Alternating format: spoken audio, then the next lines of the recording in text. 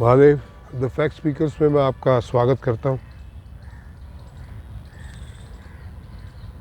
जितने भी मेरे सनातन परिवार के सदस्य हैं उनका कोटि कोटि अभिनंदन है, और जिन्होंने सब्सक्राइब नहीं किया उनसे निवेदन है कि प्लीज़ सब्सक्राइब कीजिए, शेयर कीजिए, कमेंट कीजिए और कंट्रीब्यूट ज़रूर कीजिए। ना चाहते हुए भी ऐसे लोगों पे वीडियो बनाना पड़ता है। ये जो जितने भी देशद्रोही लोग हैं ना, चाहे लेफ्ट लिबरल कह लीजिए, चाहे विपक्ष में जो लोग हैं, देश को तोड़ना चाहते हैं, सेना पे सवाल उठाते हैं, हर अच्छी योजना पे सवाल उठाते हैं, वो भारत की प्रगति पे सवाल उठाते हैं। मतलब ऐसा होता है कि भुखमरी की जो देश भीख मांग रहे हैं, जहाँ खाने के लाले पड़े हैं, अगर कोई विदेशी एजेंसी ये कह दे कि भारत की रेटिंग उससे नीचे है, तो उसको सवाल बना के ये खड़ा करके जनता के बीच में हंगामा करने का प्रयास करते हैं।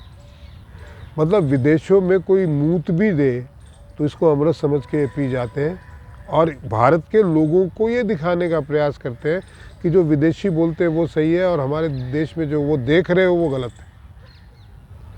और एक समय तो ऐसा था कि जो ये कपड़े भी हम पहनते हैं तो हम गर्व करते थे कि ये विदेश से आई है भाई, वो फलाने फ़ॉरेन गुड्स है जी। हमारा चाचा लंदन से गया था, वहाँ से लाया, मेरा ताया अमेरिका से लाया, या मेरा भाई जो है कनाडा से लेके आया है। मतलब वो चाहे घटिया से घटिया प्रोडक्ट हो, लेकिन वो वहाँ पे सेल में से लाए हो, लेकिन उसको पहन के गौरवान्वित महसूस करते थे। और ये प्रथा जो है इन्हीं लोगों की चलाई हुई थी कि विदेश अच्छा है, देश खराब है। ये हमारी मानसिकता में डाल दिया गया था कि हमारे प्रोडक्ट तो कोई काम के ही नहीं है। यहाँ तक कि चाइना के प्रोडक्ट भी अच्छे बताए जाने लगे थे भारत के प्रोडक्ट्स। उसका नतीजा ये हुआ कि इंडस्ट्रियली, क्योंकि लोग विदेशों से चीज़ों को ज़्यादा महत्व देते थे, हमारी को कम देते थे, तो विदेशी कंपनियों ने हमारे मार्केट पे कब्ज़ा कर लिया और हमारे जो प्रोडक्ट्स थे वो बेचारे बिकने से रह गए। देश का विकास हुआ नहीं। इनका जो है, इन्होंने नई नई पॉलिसियाँ विदेशों के पक्ष में लाके और इनका विकास आंतरिक होता रहा। आज इनके पास ही कोई काम थोड़ी करते हैं, इनके अरबों खरबों रुपए हैं, कहाँ से आए वो?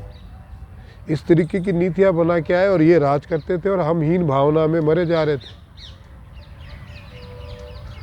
उसी तरीके का ये आज भी, और वो जो विदेशी कंपनियां जिन्होंने, या विदेशी लोग जिन्होंने बहुत फ़ायदे उठाए, वो अनाप शनाप पैसा अभी खर्च करके मोदी गवर्नमेंट को हटाने का प्रयास करेंगे। और ये लोग अभी सत्ता में नहीं है, इसलिए अपना आखिरी प्रयत्न जो है पुरजोर तरीके से करेंगे। अफवाहें जितनी फैला सकते हैं फैलाएंगे, जितने सांप्रदायिक दंगे करवा सकते हैं करवाएंगे, जितने लोगों को जातियों में बांटने का प्रयत्न कर सकते हैं वो करेंगे। इसके अलावा भी जो ये कर सकते हैं इस सरकार को हटाने के लिए, साम दाम दंड भेद नीति शास्त्र वेद ज्ञान सारा लगा के इस सरकार को हटाने के लिए प्रयास करेंगे। अब जनता के ऊपर है, जनता को चाहिए कि भैया इनकी, क्योंकि सारी बातें अभी तक इन्होंने बोली सारी झूठ निकली है, और ये आज से नहीं, मोदी के आने से पहले भी ये झूठ ही बोलते थे। हिंदू आतंकवाद आप कल्पना कर सकते हैं उसकी? पाकिस्तान से लोग आते हैं, बम्बई में अटैक करते हैं, और ये उसको छुपाने के लिए अपनी नाकामयाबी को हिंदू आतंकवाद की एक नई परिभाषा कर देते हैं, और उसके तहत निर्दोष लोगों को पकड़ के जेल में भी डाल देते हैं, और उनको मारपीट करके उनसे उगलवाने का प्रयास भी करते हैं, बुलवाने का, झूठ कि आप झूठ बोल दीजिए हम आपको छोड़ देंगे। साध्वी प्रज्ञा जो है वो आज बेचारी अपने पैरों पे भी नहीं चल पाती, इतना टॉर्चर उनके साथ किया है। वो टूटी नहीं वो अलग बात है। हमारे एक कर्नल थे, इनको खामखाई फंसा दिया क्योंकि उनका संघ से संबंध था। संघ को इन्होंने टेररिस्ट ऑर्गेनाइजेशन घोषित करने में कोई कमी नहीं छोड़ी है कि संघ का किसी चीज़ से लेना देना नहीं, न वो सेवा में है, और वो हर उस इंसान की सेवा में लगा रहता है संघ जो अपने राष्ट्र से, भारत से प्रेम करता है। ये अभी तक का इतिहास है। राष्ट्र प्रेमी समूह की सामाजिक संस्था है, बट उसको इन्होंने दंगे खुद करवाए। मुजफ्फराबाद के जो दंगे हैं, या मुजफ्फरनगर क्या नाम है वहाँ के जो दंगे हैं 1980 में हुए थे, अब जाके रिपोर्ट सार्वजनिक योगी जी ने कि पता चला कांग्रेस और मुस्लिम लोगों ने मिलके किए थे वो, और नाम इन्होंने संघ का लगा दिया था, कभी जनसंघ का लगाते थे। तो इनकी पॉलिसीज जो है सारी हिंदू विरोधी, राष्ट्र विरोधी रही हैं, और ये समय समय पर सामने भी आई है। अब जनता नहीं समझे तो उसका हम क्या करें भाई, हम तो बताते रहते हैं, इसीलिए ये चैनल बनाया भी है। और ये वैसा ही कुछ प्रयास अगले 6 महीने तक करेंगे, निरंतर करेंगे, एक के बाद एक करेंगे। फंडिंग इनको बाहर से भी होगी, अंदर से भी द्रोह होगा, बाहर से भी द्रोह होगा। नए नए आंदोलन खड़े किए जाएंगे, कभी किसानों के नाम पे, कभी किसी और नाम पे पैसा खर्च किया जाएगा, दंगे कराए जाएंगे। मैंने एक बात और नोट की है, भारतीय जनता पार्टी हिंदू मुस्लिम की बात करती नहीं, ये लोग शुरू करते हैं हिंदू मुस्लिम की। वो जवाब देती है तो ये इनके ऊपर लगा देते हैं कि आप तो बांटना चाहते हैं।